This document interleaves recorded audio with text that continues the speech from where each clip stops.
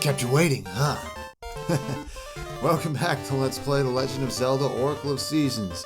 In the previous episode, we used our newly obtained Rod of Seasons and its ability to summon winter to explore the eastern half of the Woods of Winter, appropriately enough. Then found a shovel, then used that to enter the inner sanctum of the Woods of Winter, where we found the dungeon we stand on the roof of right now, the Snake's Remains. And in there, we obtain a new item, the Power wrong button. The Power Bracelet, which allows us to pick up heavy objects like so. And now, well, first of all, sorry for the bit of a delay. I had a failed recording previously. I had some issues with the gameplay and game audio not lining up properly, and I wanted to make sure that it wouldn't happen again. I wanted to get it squared away. And so, now that I believe at least I have that taken care of, we can move on. Although, I also want to mention the fact that we're standing on basically the rooftop of this part of the dungeon, correct? So, we went in that cave down there below when it was winter and we could cross that water. And that was very much a cave area and not a dungeon, and it seemed kind of big, which raised the question of how the hell they squashed all that in what doesn't seem like a very big area down there. Must be bigger on the inside. But anyway, let's head back into the Snake's Remains. Take care of that. Keys, move the tumbler. Remember, we can do that by holding down A now. An interesting thing, actually a very convenient thing. You know how we tried to push these pots before, we get that, oof, it's heavy message, right? Well, turns out when you have the Power Bracelet, you can just push them normally now. And not just that, you don't actually have to have the Power Bracelet equipped to do so anymore, just as long as it's in your possession. Is that convenient or what? With that out of the way, now we want to head back to this room with the giant blade traps and head east this time. Some cracked rocks here, nothing too complicated, we know how to get rid of these. Let's blow these up, mystery seeds and bombs for us. Not as entirely sure what the mystery seeds are doing there, but they have some unusual effects, so let's check them out. See if we can land one on a rope here. That one burst into flame. So did that one. That one just kind of got hit. You see, when you hit an enemy with a mystery seed, it will have a more or less the effect of one of the other seeds that we can find throughout the game at random. So you saw a couple ember seeds there, and then one other seed we have yet to find. But now we have a passage. These are, I suppose, an extension of the ones you can find in Link's Awakening. It's just that these are generally a little more complicated. They're fully colored, of course. And they have the regular dungeon theme instead of that kind of sinister sounding theme they had in Link's Awakening. And also, thwomps. Well, a one-eyed variant there. And thwimps there. Seriously, that's what they are. Tell me that's not what they are. But anyway, heading back up here, we now find ourselves in, where are we? Whoops. There we go, we want the Power Bracelet. We are now in the northwest corner of the dungeon. Yeah, that passageway took us quite the distance, huh? So now, just some puzzles involving more of these tumblers and knowing which ones to push and at the right time. Down here is a chest for our opening pleasure with 10 rupees inside. Every little bit counts, I suppose. But onward, the rolling tumbler puzzles get a little more complicated because if you stand over these... Whoa! Because if you try to stand over one of these too long, that happens. So now you want to move as you're pushing this, so that you'll be standing on a spot where there isn't one of those cracked floors. Take out the keys here. Got it. 5 rupees for us. Push this a little further. And, alright, here as we open up the path over here, you want to have your bombs ready for this next one. Why? Because we got a mini-boss to fight, and this one is none other than Facade, the boss of the 6th dungeon in Link's Awakening.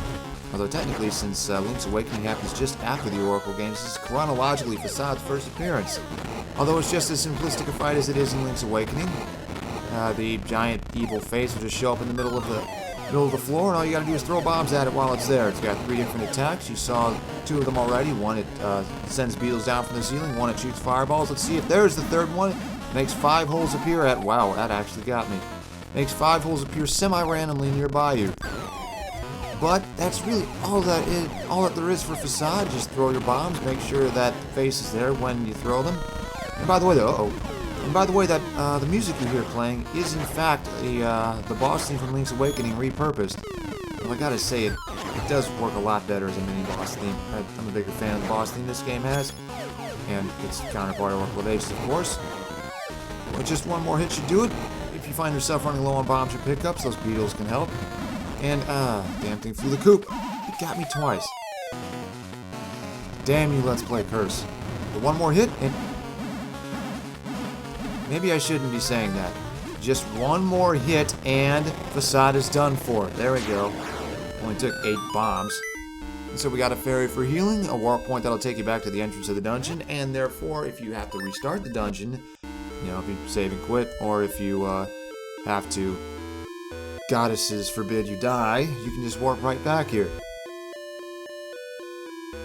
And so now we are in the last stretch of the Snake's Remains. This area is a little more freeform. It's not quite a straight line. Well, then again, the first third of the dungeon was kind of wasn't very linear either. But here we have a cracked wall, and you know what we want to do with those. Through here is a rather interesting enemy, the Pulse Voice. These enemies who debuted in Zelda 1, but haven't shown up very often since, they look like rabbits up top, but they're actually very strange and ferocious monsters who are resistant to many forms of attack. As you can see, all the sword does is kind of push it like a wind box. But, you see, in Zelda 1 they were very, very weak to arrows. And, well, spoiler alert, but you don't get a bow and arrows in the Oracle games. However, they do have a very pronounced weakness in this game as well, one that they also had in Link's Awakening. Bombs. And that is why those regenerating bushes there drop bombs, so that you never run out. And, whoa, careful around the fireball spewing torch here. You see, Pulse Voices are weak to one other type of weapon, one that we don't have yet. And it's in fact a nod back to the original Famicom version of Zelda 1, in which the Pulse Voices had a different weakness other than the arrows they were weak to in the international version. We'll be getting to that as we get the means to kill them with that. They'll be showing up in later dungeons, was what I mean. Here we have a turnstile, you see. You step into it, and it moves you in the direction that the arrows are moving. And every time you enter a turnstile, the next time you'll head in the opposite direction. So you have some puzzles involving moving around the area of the dungeon the turnstile is in, so that you can actually get to where you want. But as it turns out, here isn't exactly where we want to go just yet, because we are lacking a certain boss key. So we're going to have to go around. And, well, actually there's something kind of interesting you can do here if you know how. Oh, we just push this pot back over the open wall, and, yeah, bit of a graphical hookup. 8-bit graphics, not much you can do about that. It's kind of funny. Let's open this lock block. Yeah, whoa, careful. Whoa, whoa, whoa, whoa. Okay, that thing, I'm not entirely sure what it's called. It's either a spark, because it acts like the Mario Brothers ones, or it's called an anti-fairy. Although that might actually be what the bubble enemies were called in Link's Awakening. Either way, if you find them, you want to boomerang them, because they leave a fairy behind, or they become a fairy. Maybe that's why they're called anti-fairies. Either way, find one, boomerang it, get a free heal. These pots can have various things in them. Apparently it doesn't want to give me anything. And now that whatever it's called has nowhere to go, it just kind of sits and spins in a circle there. Poor thing. Let me play a tune for it on the world's smallest violin. So, off to the east here. Mind the blade traps. By the way, these rope enemies, they're the, you know how, when we were showing off the shovel earlier, last episode, that beetle enemy came up from the ground, and I mentioned there was one other enemy type that could sometimes pop up when you use the shovel? Ropes are the other one. And now you know. But there's a chest up here that we can't get to, and the compass chime went off, meaning that's gotta be important somehow. So let's head south and see if we can find a roundabout way to it. Moving platforms, steer careful around them. Fortunately, these will always stop next to each other at some point. That went much more smoothly than it did in my failed recording. But now we've gotten up here, and there's the boss key. Now we have everything we need to reach the boss. Well, aside from figuring out that little turnstile pain in the ass. But fortunately, that's not too much of a problem. All we gotta do here is go around, and then go around again. This might take a little bit.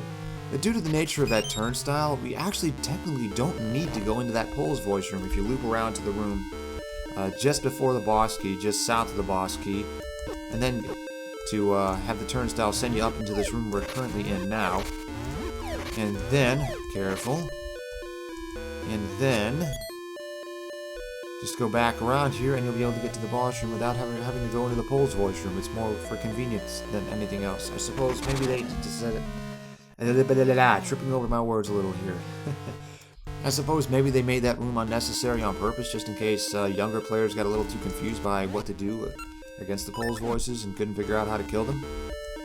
But anyway, we're here. Let's see what that owl statue has to say. When the mouth opens, attack from within. Then superhuman strength will prevail. When the mouth opens, attack from within. Now that sounds oddly like a type of enemy we've seen quite a few times in Zelda history already.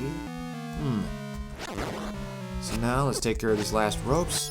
Look for something to heal ourselves with. There's a recovery heart, that's something. Let's see if we can find another one in the pots here. Nope. Nope, nope, nope. I know there's something here. Should there be bombs? No? Okay, I thought there was a fairy in one of these. Well, there's a recovery heart. We're good either way. So, for this fight, you want to have the power bracelet and bombs equipped. So have those ready.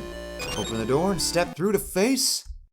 Yep, it's a Dodongo, a classic enemy who dislikes smoke. Or something like that. Now move around, open its mouth.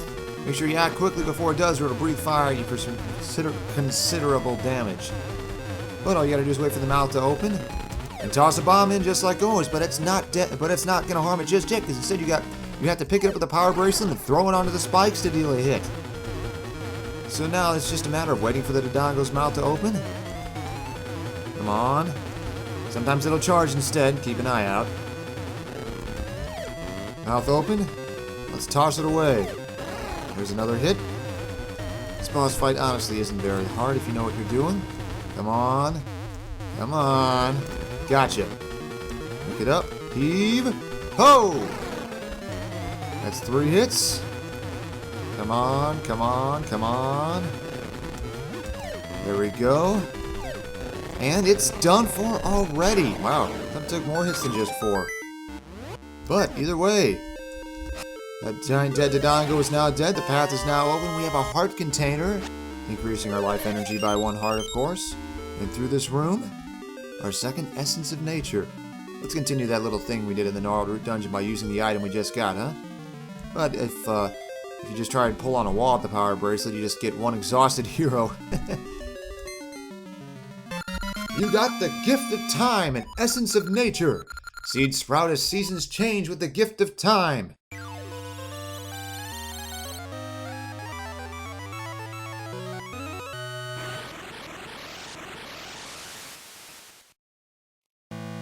Alright, what do you got to say for us, Maku Tree? Thank you, Link. I too received part of the gift of time.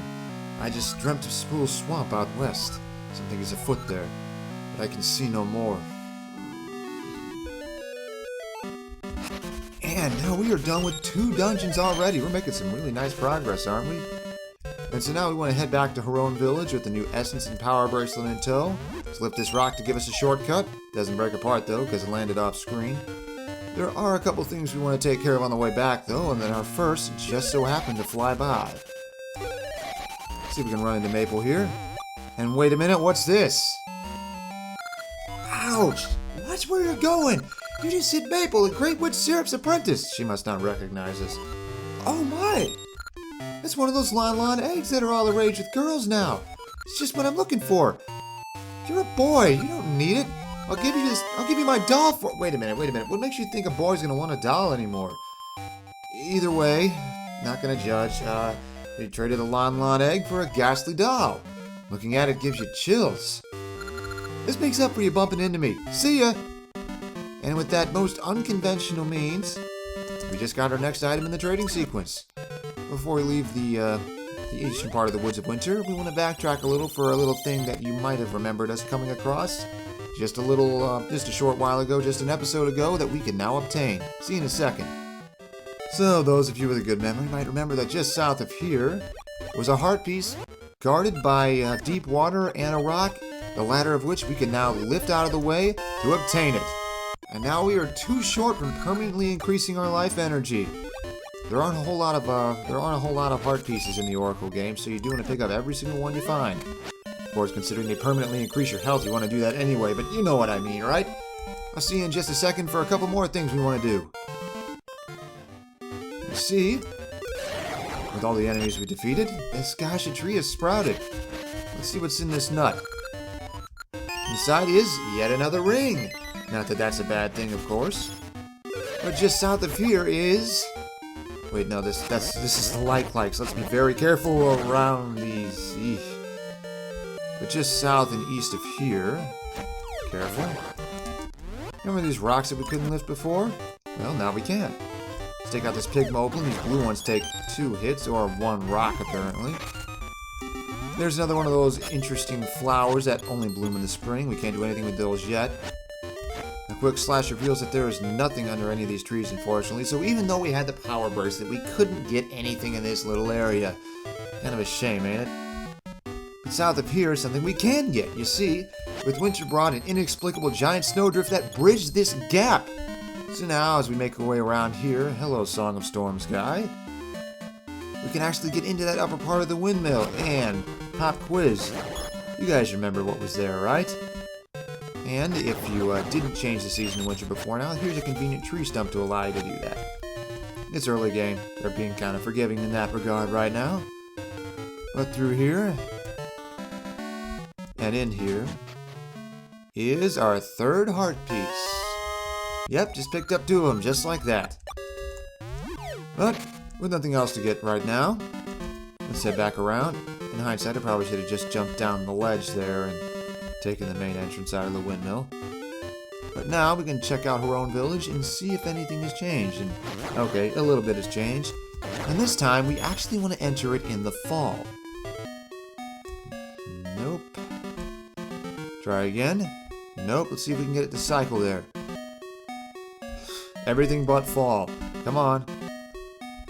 Come on, big money, big money, big money. No whammies, no whammies, and stop. Spring. Any day now. Any day now. You're just messing with me, aren't you, game? Come on!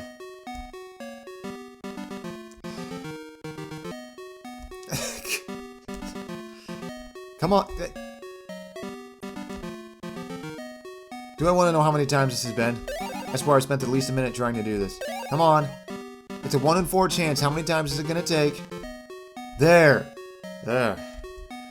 So anyway, our first stop in our own village is going to be Vasu Jewelers. Let's see if we can get that ring appraised. This ring is... the blue luck ring. This one halves the damage you take from beams. There's a specific type of enemy that will shoot beams at you. And if you have this ring equipped, you'll take half damage from it. Problem is, the beams in question don't do a whole lot of damage anyway, and it's rather telegraphed, and you probably already know what enemy I'm talking about. So, it's niche at best, and we have no real reason to use it over the Discovery Ring at this point. So, see you, Vasu. We'll come back with more unappraised rings. But now, hey, I remember you. Here's some animals in the... didn't you say that the first time through here? Or... I don't know, to be honest. Either way, the main thing we want to do... Wait a minute. I'm getting a little confused, aren't I? Just a second, people. Yeah, that was a little embarrassing. I went the complete wrong way on that. Actually, we want to head over here. Down south and to the west. Let's pay the farmers a visit. Because, now that we've obtained 2 essences of nature, there is something a little new going on. Rowan looks a little strange. I want to take him to a doctor, but we have no rupees. Could you please lend us some? You see, there are a number of things you can do to help Bip and Blossom and their son. That will affect how their son grows up and eventually what personality he has and what occupation he takes on later in life. So, what you do and how you handle these situations will affect that, although it's not always entirely obvious how. But I'll try to fill you in whenever possible. And so for this particular one, for the job I want him to end up having eventually, we want to give him 50 rupees. Give his mom 50 rupees. Thank you. This should just be enough. This should be just enough. Same difference. Either way, meanwhile, Pippin has something to say. You see, if he's not occupied with his kid, and you talk to him, "Hey, Link, my boy's ill, but still I have something to teach you. My experience holds that planting gacha seeds in strange spots produces more rare and unusual results." And yeah, that's a little hint toward the how the gacha soil spots have their own tiering, so to speak. And so every time you talk to Pippin, he'll give you a hint toward how gacha seeds work. So if you don't know to look it up already, or if, back when this game was new and you didn't really have too many ways to look it up, that was very helpful. Meanwhile, just one screen to the west, these mushrooms have actually depetrified, so to speak, so now we can lift these. And that is why we made this fall now, because now we have the power bracelet and we can move these. Although we gotta wait for that one to disappear before we throw the other one for some reason, I'm not sure why. But in this chest, 20 rupees. Nothing particularly spectacular, but it is something. And with that, well, that is most of what I wanted to get done here in Haron Village this episode. There are a couple more small things, okay, not entirely small things, but there are a couple things I actually want to save until next time, because they're more important to what we're going to be getting done next time. And so, next time, I'm saying next time a lot, and so in our next episode of Let's Play The Legend of Zelda Oracle of Seasons, we're going to be taking care of those couple last bits of information, and then heading out north to see if we can reach Spool Swamp and what we'll encounter there. See you guys then, huh?